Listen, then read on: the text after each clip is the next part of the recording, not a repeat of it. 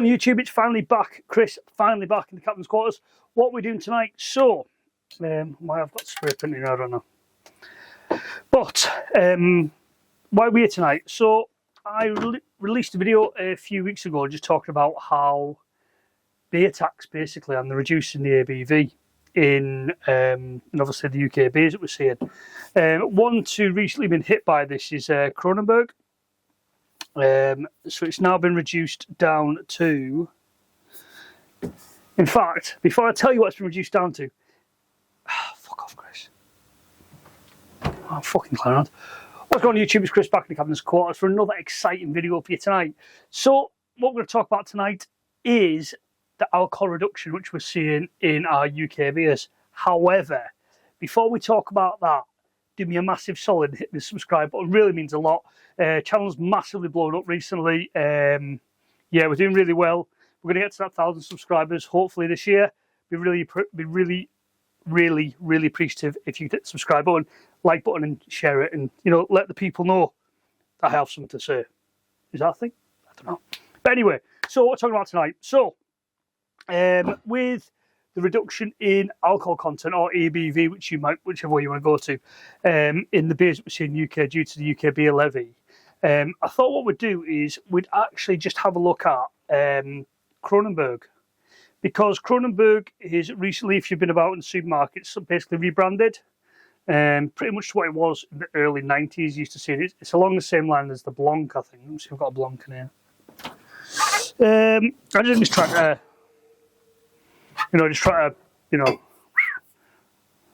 the branding sort of all going together, I think. So they've recently reduced their ABV. It's not recently, but the last couple of months, we've started to see this on the shelves at reduced ABV. The price point is around about £6, I think, if it's on Tesco on offer.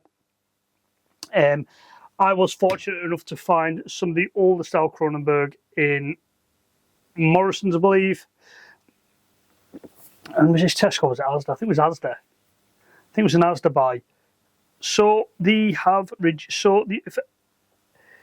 the early 2000s, you'd probably have seen this hitting the streets. Kronenbourg, late 90s, early 2000s, and I believe it was about 5.2, 5.4, maybe something like that. Late 90s, early 2000s. It then got reduced down to 5%, which is what we've got here, and that's what we've come to know it as.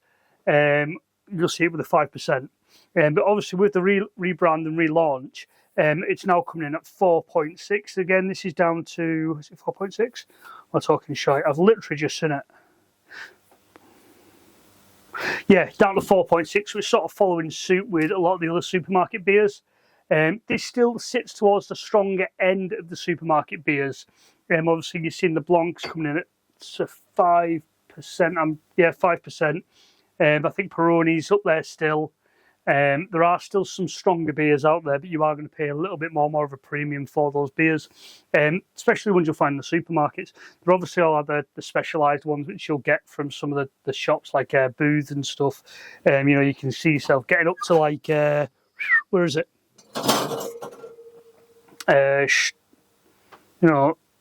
Weizen Doppelbock, 8.2%. They are still available. They are starting, but you are going to pay a premium for these beers. I think, to be fair, that's a little bit where the Perfect Draft. This isn't a plug for Perfect Draft, but it does come into its own because you are getting the stronger beers on there. But it's just much of a muchness. We're not here to discuss that. So I've got two of the exact same glasses, two Camden glasses, two cold cans just come out the fridge, and I'm going to pour them, and it's not going to be a blind taste test. It's literally because I'm on my own, but I am going to see if I can tell the difference between a 4.6 and a 5%. There's not a lot in it. The price point is more or less the same. You are still going to find some of the older style about, but you've got to look for it, whereas this new stuff's now coming into the country en masse. I believe it's brewed. Where is it actually brewed? So it's brewed in, that one's brewed and canned in the UK. That one's here, it's brewed and canned. Brewing agreement from this. Yeah, so it's brewed by Heineken, from what I can read here, from what I'm reading here. So it brewed by Heineken. That's brewed. That one. See, that's interesting. So the 5%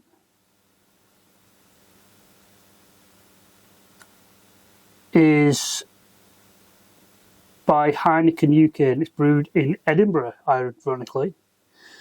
And the new one, where's this one brewed? Actually brewed by Carlsberg.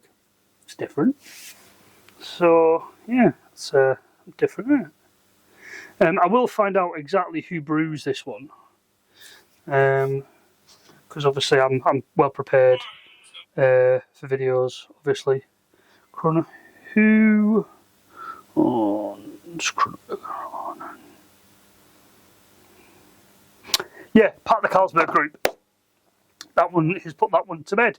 So, right, enough waffle.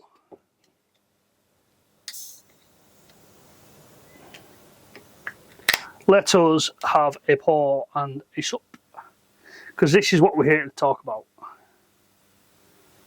So, on the right, this is your 5%er.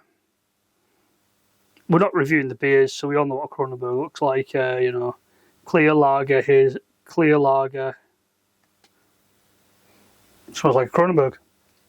However, ironically, when you get it on the continent, it is a lot nicer, from what I remember. Because I've not had a pint of this for a long time. Obviously, so that is the 440ml cans. This is obviously UK pipe, 568 millilitres. I'm genuinely not expecting to see a great deal of difference or taste between these two, do you know? But we will have a look.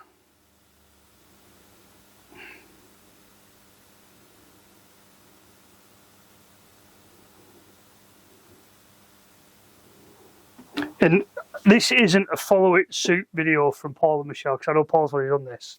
But there we go. That's them both poured. Now, ironically,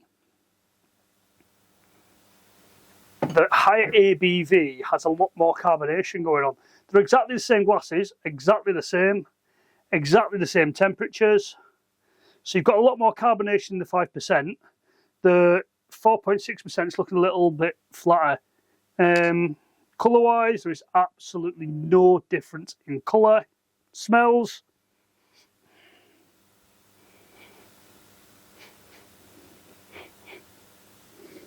You know, there's nothing on the nose there in difference at all. I'm actually quite surprised. I'm not. To be fair, I'm not. I think it's going to be exactly the same. So let's go with the 5% now.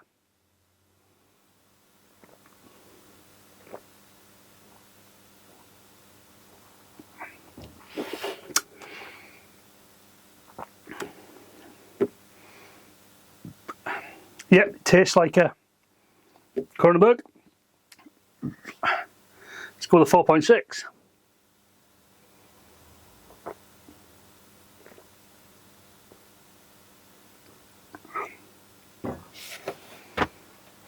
Nah.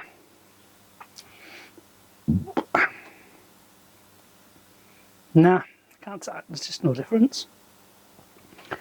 Taste-wise, I don't believe there is any difference in that whatsoever.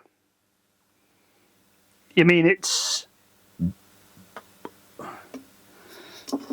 Excuse me. Still really gassy, what you expect from a Kronenbourg lager, because it is a lager. Yeah, there's not really any sort of taste difference in them, I think. Like, literally, like I say, I don't know if you're going to get this, but I don't want to hear the carbonation on the one on the right, which is the 5%, is far superior to one on the left, which is the 4.6. But I think that's down exactly. You know, I have no explanation to why there is. Are these glasses nugulated? I'm not sure if they are.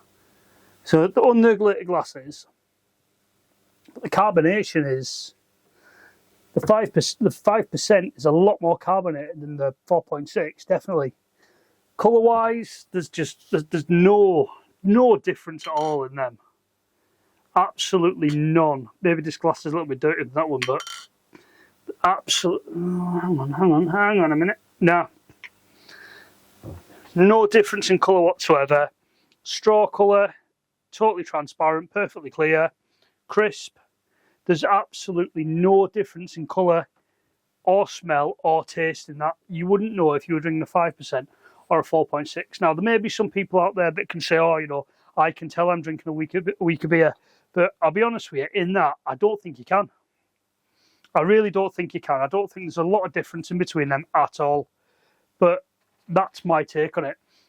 You know, as I said in my previous video, I can sort of understand why breweries are reducing the ABV to, you know, get under the tax levy. And yeah, I do agree that England do seem to suffer from it a little bit more than for the other countries. But to be perfectly honest, I cannot tell the difference between either of these two beers, especially at the 4.6 or the 5% mark. There's not going to be a lot there. Once you start getting higher up the ABVs, obviously, you do start to taste it, I believe. But round about this price point and this strength, there's no difference in them whatsoever. I mean, I could get myself I think I've got a bottle of Stella in there. You know, I could put that against that, and again, you won't be able to tell. I'm actually, I wouldn't say I'm surprised, because to be fair, I sort of expected it, but I do think that it's a shame we are starting to get weaker beers. It is a shame. But unfortunately, I think it's just one of those things, the way things are with the recession, the economy. I do think we are going to start seeing that as a trend. I don't think it's the government trying to control us. I just think that across the board, you're seeing it coming in. Like, what's Budweiser down to now? Budweiser's what? It's 4.5. You know, just some of the other ones are a lot, you know, I think Corona's still around the 5% mark. San Miguel, I think that's a little bit stronger, about 5.2. I haven't got the ABVs to hand off my head, top of my head.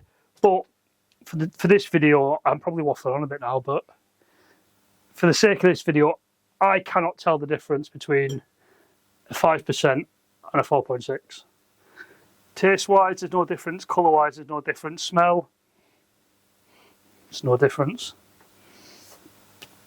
So I do think that the general public, you know, I wouldn't say I'm a connoisseur by any way, shape or form.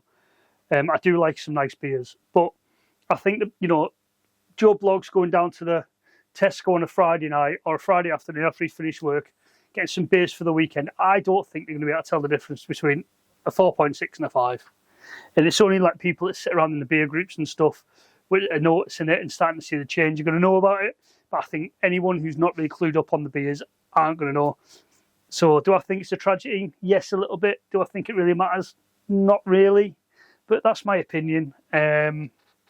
Rightly or wrongly, you know, I do like some strong beers. I've got some nice strong one there. But yeah, it's a different style. But for the sake of this experiment, so to speak, there's no difference in them whatsoever.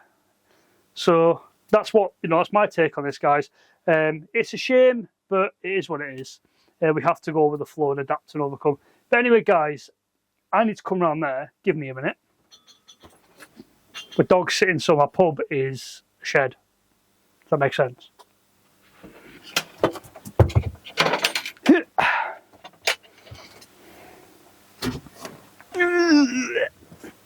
Okay, now. So, guys, there will be an edit. But anyway, guys, do you know what? I am just going to show you these right up on camera, just so you can see the carbonation difference. That's the 5% that you get in that, and that's the 4.6. Bit of a difference. But anyway, guys, that was my take on the Kronenberg, on the reduced alcohol level, which is what you see everyone coming in line. So anyway, guys, this is Chris. Oh, really bad wind in the captain quarters. Don't forget to like, comment, subscribe. Anyway, peace out, and I will catch you next one.